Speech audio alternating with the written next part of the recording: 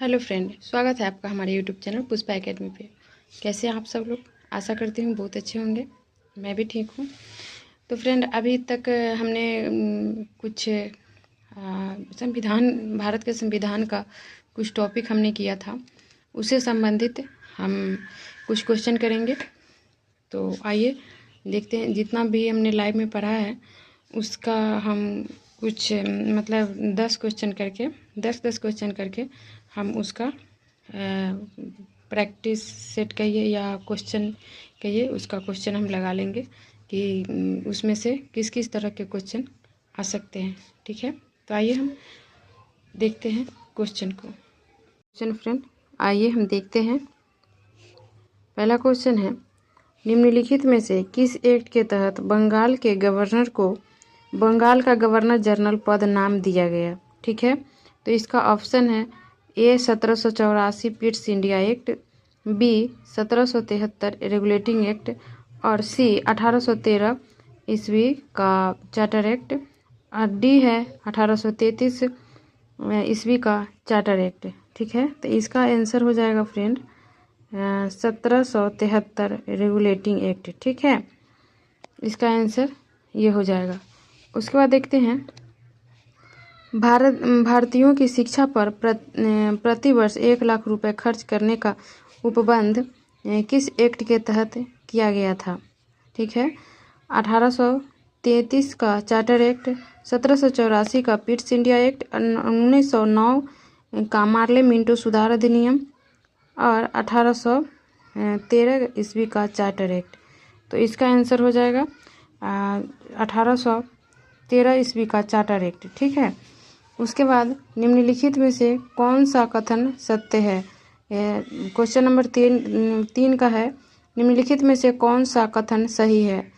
पहला है भारत के प्रथम governor general lord William Bentinck. उसके बाद दूसरा है भारत का प्रथम viceroy lord Warren Hastings. Bengal के प्रथम गवर्नर जनरल लॉर्ड कैनिंग। उसके बाद है प्रथम विधि आयोग के अध्यक्ष सर रॉस वर्कर। तो इसका आंसर हो जाएगा फ्रेंड भारत के प्रथम governor general lord William Bentinck. ठीक है, ये होगा इसका सही आंसर। उसके बाद तीसरा है, चौथा है, निम्नलिखित में से किस अधिनियम में प्रस्तावना का अभाव था? पहला है 1919 का मार्ले मिंटो सुधार अधिनियम।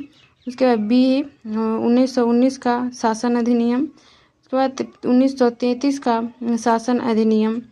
उसके बाद ये डी है 1773 रेगुलेटिंग एक्ट। ठीक है, तो इसका है 1935 का शासन अधिनियम में हमने आपको पढ़ाया था कि इसमें प्रस्तावना का अभाव है। पांचवा क्वेश्चन, भारत शासन अधिनियम 1935 के तहत निम्नलिखित में से कौन सा विषय सूची में शामिल नहीं था? ठीक है, तो इसमें तार, पहला है तार, दूसरा है बीमा, तीसरा है शांति और चौथा है डाक। तो इसमें हो जाएगा शांति। उसके बाद है छठा, आरबीआई की स्थापना कब हुई थी? तो ये जो आरबीआई की स्थापना है 1935 अधिनियम के तहत ही हुआ था, 1 अप्रैल 1935 को। ठीक है, ये सही है। उसके बाद इसका हमने ऑप्शन नहीं बताया, ये आपको ऐसे ही बता दिया। ऐसे ऑप्शन है 5 जनवरी 1936, 7 मई 1940, 10 जून 1934। सातवां क्वेश्चन, क्रिप्स मिशन का भारत में आगमन कब हुआ था? क्रिप्स मिशन का भारत में आगमन कब हुआ था? 1 जनवरी 1942 को, 22 मार्च 1942 को, 15 मार्च 1946 को, 15 अगस्त 1946 और 16 दिसंबर 1948 को। ठीक है, तो इसका आंसर हो जाएगा 22 मार्च 1942 को क्रिप्स मिशन भारत आया था। आठवां क्वेश्चन है, 1935 के तहत भारत शासन अधिनियम को किसने गुलामी का अधिकार पत्र कहा था? ठीक है, गुलामी का अधिकार पत्र किसने कहा था, ये भी हमने आपको पढ़ाया फ्रेंड।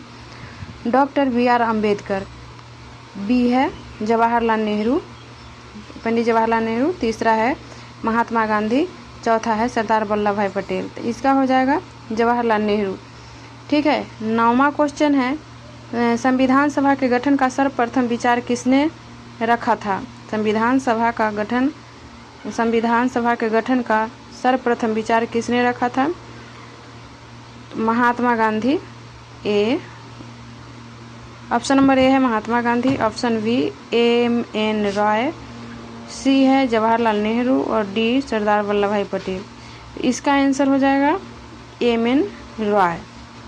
उसके बाद भारत के संविधान सभा के अस्थायी अध्यक्ष कौन थे? संविधान सभा के अस्थायी अध्यक्ष कौन थे? तो ऑप्शन जान लेते हैं पहले। ए है जवाहरलाल नेहरू, बी महात्मा गांधी, सी सरदार वल्लभ भाई पटेल और डी डॉक्टर राजेंद्र प्रसाद। ये अस्थायी अध्यक्ष बने थे, इसमें से कौन? तो डी डॉक्टर राजेंद्र प्रसाद। और अस्थायी अगर पूछा जाएगा कि अस्थायी अध्यक्ष कौन थे, तो डॉक्टर सच्चिदानंद सिन्हा। ये भी हमने पढ़ाया आपको, ठीक है। और ये क्वेश्चन हो गया 10 तक। अब हम इसके आगे पढ़ेंगे दूसरे वीडियो में। उस वीडियो का आप इंतज़ार कीजिएगा। Thank you. वीडियो अच्छा लगे तो आप लाइक ज़रूर कर दें और शेयर भी अगर करना चाहे तो कर दें, लेकिन अगर चैनल पे नए हैं तो चैनल को सब्सक्राइब ज़रूर कर लें। Thank you.